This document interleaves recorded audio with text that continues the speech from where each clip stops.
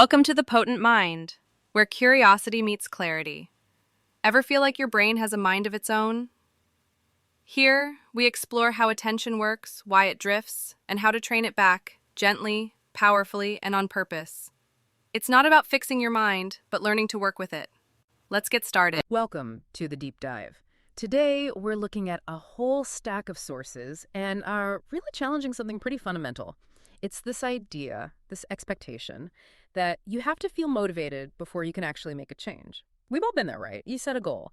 Maybe it's exercise, maybe meditating, maybe, finally learning that thing you wanted to learn, or even just getting to bed on time. You start out strong, but then inevitably you hit that wall. And what do we always say? Oh, I just lost my motivation. And so the goals just stall. We sit around waiting for inspiration to strike again. And that right there, according to this deep dive into behavioral researcher Jerry Gelbart's work, that's the trap. It's actually kind of a radical idea when you first hear it. The core thesis is motivation is optional. Seriously. Waiting for that burst of energy, that feeling of inspiration. That might be the very thing holding you back, keeping you stuck. If we can shift to acting from, say, clarity and commitment, instead of just how we feel moment to moment, well, then we stop waiting for permission from our moods. Okay, hang on. Let's unpack that because it feels really counterintuitive. Like we're taught motivation is the fuel, right? No fuel, car doesn't go. Are you saying we should just get out and push the car? Well, it's maybe more like realizing the car's electric and you've been sitting there waiting for a gas station that frankly doesn't apply here. Gelbart has this great example. It's almost painfully relatable about swimming laps. He knows it's good for him. He knows he feels better afterwards every single time. Yeah. But when that alarm goes off, time to go. He admits he never feels like it. Not once. Oh, I definitely have my own version of the swearing moment. For me, folding laundry, I know I'll feel better when it's done. Lighter, clearer space. But those, 30 seconds right before I actually start, pure internal argument, total misery, just trying to talk myself out of it. Exactly. And that leads us right to the core insight here for this first part. When you pause and ask yourself, okay, self, do I feel like doing this hard thing right now? Your brain, which is basically wired for comfort, for efficiency, for, the easy path, it's almost always going to scream, no, of course not. Stay put. It's warm here. It's easy. And then the excuses just flood in, right? Oh, it's too cold out. I'm tired. I can do it tomorrow. I'll feel better then. Right. So if the brain's default setting, its sort of baseline vote, is always against effort, then relying on motivation, which is just a positive feeling. It's like we're setting ourselves up to fail from the start. We're trying to negotiate with part of us that fundamentally wants to stay the same. Precisely. The second you try to check in with your desire level, you've kind of already lost the battle. Gelbart's big insight here is just, powerful. If the answer inside is pretty much always no, and you've already decided intellectually that this action matters, that it's important, then why even ask the question? You're basically just giving veto power to the part of your brain that wants immediate comfort, and it shouldn't really have that vote. Okay, that makes sense, sort of philosophically, but is that sustainable? If I just force myself day after day without any motivation, isn't that just going to lead to burnout? How is this different from just old school willpower, gritting your teeth, which we know kind of fails eventually for most people? That's a really crucial distinction. It's not about brute force or white-knuckling it. It's about changing the question you ask yourself entirely. Willpower is like fighting with the feeling. Commitment is about bypassing the feeling. We need to stop asking, do I feel like it? Or even, will this be fun right now? Instead, we need to ask two questions that connect us to something bigger, our long-term self. Okay, what are those questions? First, is this actually in my best interest? And second, maybe even more powerfully, is doing this aligned with the kind of person I want to be? There's this quote, it really sums it up. If we continue to do what we feel like doing and not do what we don't feel like doing, nothing will change. Simple, but yeah, it's about acting on commitment, not just impulse. Okay, so if we're bypassing the feeling, we need some way to get really, really clear on what is in our best interest, something to cut through that internal noise. And that brings us to one of the really practical tools Gelbart talks about, adapted from behavioral therapy, the pros and cons exercise. Yeah, this one's fantastic because it forces you kind of gently to look at your own ambivalence directly on paper. It makes those hidden costs of not doing the thing really visible. So for you listening, you literally take a piece of paper, draw a big cross on it, make 4 boxes. And you think about that specific behavior you're wrestling with. Let's stick with, say, meditating daily. Right, so you're kind of forcing yourself to do the math, taking the emotion out of it for a minute. What are the 4 boxes we need to fill in? Okay, start with the ones we usually think about. Top left box. Pros of doing it. This is where you list all those good long-term rewards. You know, building self-respect, feeling calmer or better focus, reducing stress, that kind of thing. Then, top right box. Cons of doing it. This is what that comfort-seeking part of your brain yells about. It takes time. It might be uncomfortable at first, maybe boring. You have to shift your schedule. Okay, yeah, those seem pretty straightforward. But I guess the deeper stuff comes when you look at the avoidance part, the not doing it. I bet people tend to skip those bottom 2 boxes sometimes. That is absolutely the key. You have to fill out the bottom half. So bottom left, pros of not doing it. What do you get by skipping it? This is the immediate payoff. That temporary comfort, avoiding the effort. Maybe you get, 15 extra minutes scrolling social media. That's the reward your brain is chasing in that moment. Oof. Yeah, writing that one down feels a bit exposing, but important. Admitting the pro of skipping meditation is just more screen time makes the choice seem kind of petty, doesn't it? Exactly. It puts it in perspective. Yeah. And then finally, the bottom right quadrant, cons of not doing it. This is the long-term price you pay for inaction. That ongoing guilt, maybe, the stress that never really goes away because you're not addressing it, feeling like you failed yourself, maybe even health issues down the line if it's exercise or diet related. Wow. Okay, so once you have that all laid out, 4 boxes filled, it feels like motivation just gets taken out of the equation as the gatekeeper. You don't need to feel like meditating. You just look at the paper and see objectively that the long-term costs of skipping it are way worse than the short-term discomfort of doing it. Precisely. Yeah. And think about it. We already use this logic for things we have to do, things that are totally unmotivating. Nobody feels excited about paying bills or calling their insurance company, right? We don't check in with our feelings about those things. We just do them because we've calculated, maybe unconsciously, that the consequences of not doing the cons of not doing it are just too high. We need to bring that same sense of decided action, that mandatory framework, to our personal growth goals. Okay, it's easy to say just ignore the no feeling, but that internal resistance, man, it can feel really strong. Powerful even. We probably need to understand a bit about where that no comes from, right? Like, why is it so loud even when we're staring at a list that clearly says, do the thing? Yeah, absolutely. It comes from way back. It's fundamentally a survival mechanism, from our evolutionary history. But it's often really outdated for the challenges of modern life. Our brains are basically designed to keep us safe and, crucially, to conserve energy. So the default mental setting is almost always going to zoom in on the cons of doing the hard thing and the pros of avoiding it. It's always looking for the path of least resistance. That's its job in a way. So it's like there's this internal tug of war happening between one part of the brain that wants immediate comfort, the easy way out, and another part that's trying to think about the future, about bigger goals. That's a great way to put it. That's the neurocontext that's super helpful to understand. You can almost think of it like the toddler brain versus the CEO brain. The limbic system. That's kind of the toddler brain. It's impulsive. It's driven by seeking short-term pleasure, avoiding immediate discomfort. It lives entirely in the now. Right. It wants the cookie and the nap now. Exactly.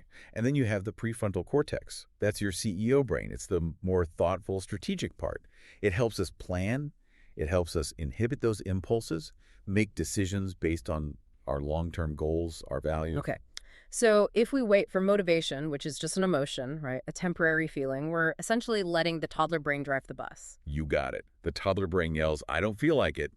And so the bus stays parked. The only way the CEO brain consistently wins is by setting up a decision-making process that's separate from how you feel right now. Acting based on that clarity, that commitment managed by the prefrontal cortex, that's where true freedom actually lies. Freedom from the whims of your moods. And this is where the sources mention mindfulness, but maybe not in the way people always think about it. It's not just about being calm on a cushion. It's more like a tool for watching this internal drama unfold. Yes, exactly. Mindfulness, in this context, is really about clarity, not necessarily calm. It's the ability to simply notice when that resistance pops up. That internal voice that starts whispering or shouting, skip it, you're too tired, do it later. The strategy isn't to get into a big argument with that voice or try to crush it with sheer willpower. Because arguing with the toddler brain is just exhausting. And honestly, the toddler usually wins those arguments through sheer persistence. It often does. So the strategy here is different. It's to notice the resistance, acknowledge it's there. Okay, there's that voice again, and maybe even name it. You can literally say to yourself, okay, that's the voice of avoidance, just trying to keep me comfortable. Thanks for sharing. And then you gently, deliberately bring your attention back to your original intention. You act based on the CEO's decision, not the toddler's complaint. So you act with the feeling present, you don't wait for it to vanish. Okay. But that still sounds like it requires effort every single time. Is there a way to move beyond that daily battle? Like, motivation might start things off and commitment keeps it going for a while, but that commitment still uses fuel, right? How do we get to cruise control? That's the next crucial step. We move from relying solely on commitment to building identity. Motivation might kickstart things, sure. Habit makes it consistent, takes less effort. But the most robust, long-lasting change happens when the behavior becomes part of who you believe you are. Ah, that reframe feels huge. It stops being about just ticking a box on a to-do list and starts being a reflection of your character, your values. Exactly right. Yeah. So instead of saying, ugh, I'm trying to meditate every day, the internal script shifts. It aligns with a deeper value. I am someone who values presence and mental clarity. Or instead of, I'm trying to make myself go to the gym, it becomes, I'm an athlete. Or maybe I am someone who prioritizes my long-term health over short-term comfort. You start acting in ways that are consistent with the identity you're choosing, regardless of how your limbic system feels at 6 a.m. That definitely changes the game. It moves the decision from something you debate every day to something that's just assumed. Part of who you are makes the choice much quicker. If I am a person who values health, then exercising isn't really up for debate. It's just what I do. Right. And this is where Gelbart offers some really practical, concrete tools to help lock in that new belief, to anchor that identity, and move away from moment-to-moment emotional decisions. They act as external supports for that internal shift. Okay, the first one sounds simple, but I can see how it would work. Setting a weekly commitment. Yes. Just pick one specific, relatively small thing you absolutely will do this week. Maybe it's writing for 30 minutes just once. Maybe it's that one swim. Decide you will do it whether you feel like it or not. By choosing just one thing and following through, you start teaching your brain. When the CEO makes a decision, we execute. Feelings don't get the final say. Okay, one down. The second tool tackles that moment of resistance head-on, having a prepared script ready for when the excuses pop up. Absolutely essential, because that voice of avoidance will show up. It always does. So when it starts whispering its excuses, you need a simple, pre-rehearsed phrase ready to deploy. Something like, noted, but this matters. I'm doing it even though I don't feel like it right now. Having that script ready stops you from getting sucked into debating yourself, rationalizing. You just cut the internal argument short. Okay, and the third tool leverages the power of making it official, externalizing it. Yeah. The self-contract. Yeah, this taps into the psychology of rules we set for ourselves. It's surprisingly powerful. You actually write down, physically write or type out, and maybe even sign a personal statement, a commitment to this change. It's like making a formal pact with your future self.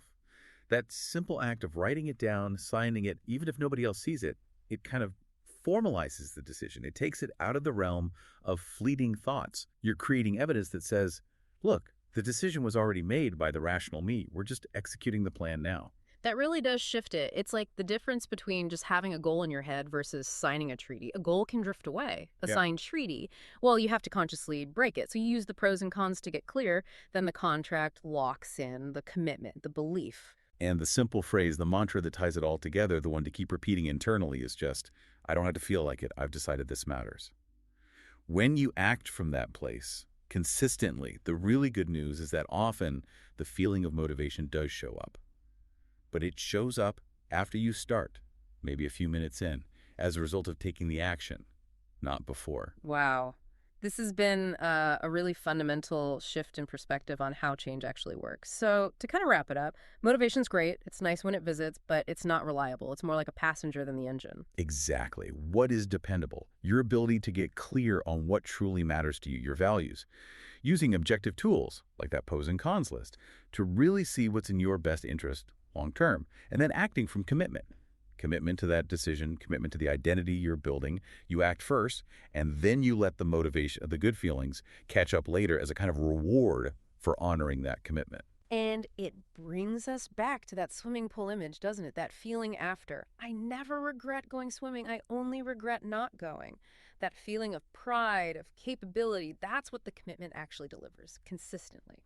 So, as we finish up, we want to leave you, the listener, with a final thought, something to chew on, maybe related to that idea of your future self. Think about just one action right now, something you've been putting off. Maybe it's difficult conversation, maybe a task, maybe starting a new habit, something you know deep down, objectively, is really in your best interest. And just imagine for a second, what would a letter from future you say about this specific moment? That future version of you, they know the discomfort you feel right now. They hear that voice of avoidance loud and clear. But what message would they send back? Probably something like, trust me on this. Take the step. Just start. Honor the commitment you made, not the feeling you have right now. You're going to feel so much stronger, more capable, more like the person you want to be, literally 5 minutes after you begin.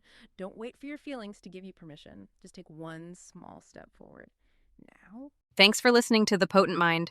If today's episode sparked insight or helped you refocus, consider subscribing and sharing it with someone you care about. For more resources or to connect, visit thepotentmind.com. Until next time, be kind to your mind.